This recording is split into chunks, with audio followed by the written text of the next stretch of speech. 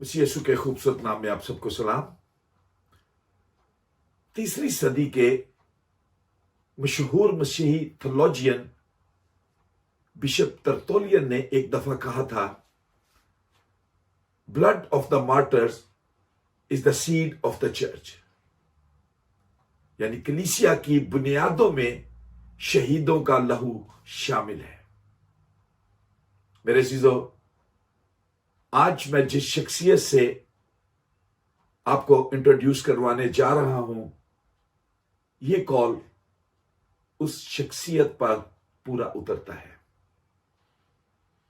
اگر آپ کو زندگی میں کبھی لندن آنے کا اتفاق ہو اور آپ ویسٹ منسٹر ایبی جائیں، جو رائل فیملی کا چرچ ہے، اور مجھے امید ہے کہ آپ نے اس چرچ کا نام ضرور سنا ہوگا یا ٹیلی ویژن پر اس چرچ کو ضرور دیکھا ہوگا۔ یہ وہی چرچ ہے جہاں پر پرنس چارلز پرنسس ڈیانا کی شادی ہوئی اور ان کے بچوں کی شادیاں بھی اسی چرچ میں ہوئی۔ اس چرچ کے مغربی دروازے پر آپ پوری دنیا سے 20ویں صدی کے مشہور 10 مسیحی شہیدوں کے سٹیچوز دیکھ سکتے ہیں، اور ان میں ایک سٹیچو آستر جان کا ہے، جس کا تعلق پاکستان سے ہے، جس کو اپنے مسیحی ایمان پر قائم رہنے کی وجہ سے 31 سال کی عمر میں شہادت کا رتبہ حاصل ہوا۔ 1998 میں آرچ بشپ آف کینٹربری نے کوئین الزبتھ کے ساتھ مل کر دیگر 9 مجسموں کے ساتھ آستر جان کے مجسمے کی ویسٹ منسٹر ایبی میں نقاب کشائی کی۔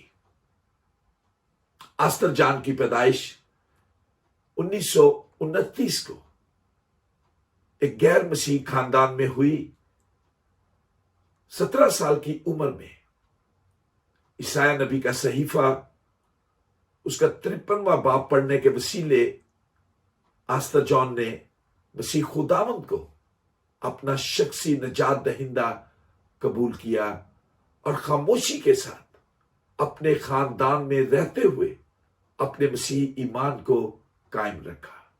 جب آستر جان کے خاندان والوں کو اس کے مسیحی ایمان کے بارے میں معلوم ہوا تو وہ اس پر اس بات کے لیے زبردستی کرنے لگے کہ وہ اپنے اس ایمان سے منحرف ہو، لیکن آستر اپنے ایمان پر اپنے خاندان میں ہی رہتے ہوئے قائم رہی۔ لیکن 24 سال کی عمر میں جب اس پر خاندان کی طرف سے زیادہ دباؤ ہوا تو اس نے خاموشی کے ساتھ اپنے خاندان کو چھوڑ دیا اور کراچی میں ایک مشنری خاتون کے ساتھ رہنے لگی، اور وہاں پر اور زیادہ بائبل مقدس کی تعلیم کو حاصل کیا۔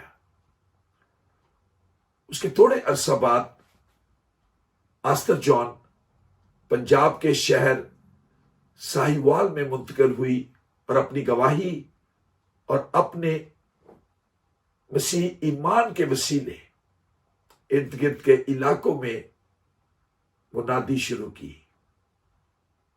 اس کے اسی جذبے کو دیکھتے ہوئے مشنریز نے آستر جان کو 3 سال کا بائبل کا کورس کروایا۔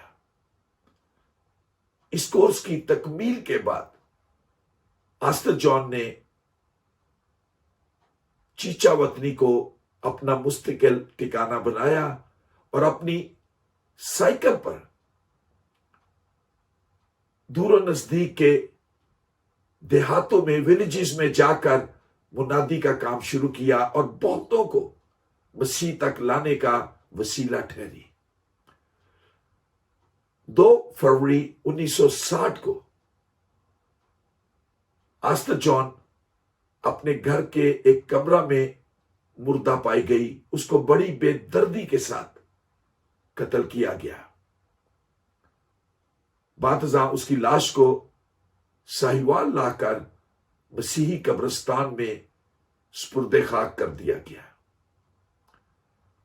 1976 کو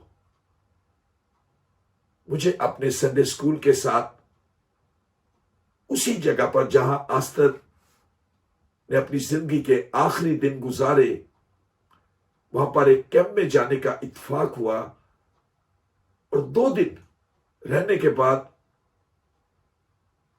میرے ہم عمر ساتھیوں نے، میں نے اس بات کو نوٹ کیا کہ اس بلڈنگ کے اندر ایک کمرہ مکمل طور پر لاک ہے۔ جب اس جگہ کے نگران سے پوچھا گیا، اپنے اسکول ٹیچر سے پوچھا گیا کہ یہ کمرہ کیوں بند ہے، تو انہوں نے بتایا کہ یہ کمرہ آستر جان کا ہے، جس کو اس جگہ پر اس کمرے میں شہید کیا گیا تھا، اور یہ کمرہ بند رہتا ہے۔ میں نے اس کیمپ کے نگران سے درخواست کی کہ کیا ہم اس کمرے کو اندر سے دیکھ سکتے ہیں، تو بڑی منت سماجت کے بعد انہوں نے وہ کمرہ کھولا۔ اس کمرے کے اندر صرف ایک چارپائی، ایک کرسی اور ایک میز تھا جو آستر کے زیر استعمال تھا۔ اس کمرے میں جانے کے بعد میں نے اپنے ٹیچر اور اس کیمپ کے نگران جو تھے ان سے درخواست کی کہ کیا آپ مجھے اجازت دے سکتے ہیں کہ میں کیمپ کے اگلے 4 دن اسی کمرے میں سوؤں، اور انہوں نے مجھے تھوڑی ہیلو عجت کے بعد اجازت دی کہ میں اس کمرے میں سو سکوں۔ اور آج خداوند نے یہ مجھے موقع دیا کہ میں قوم کی اس بیٹی کے بارے میں آپ سب کو بتا سکوں۔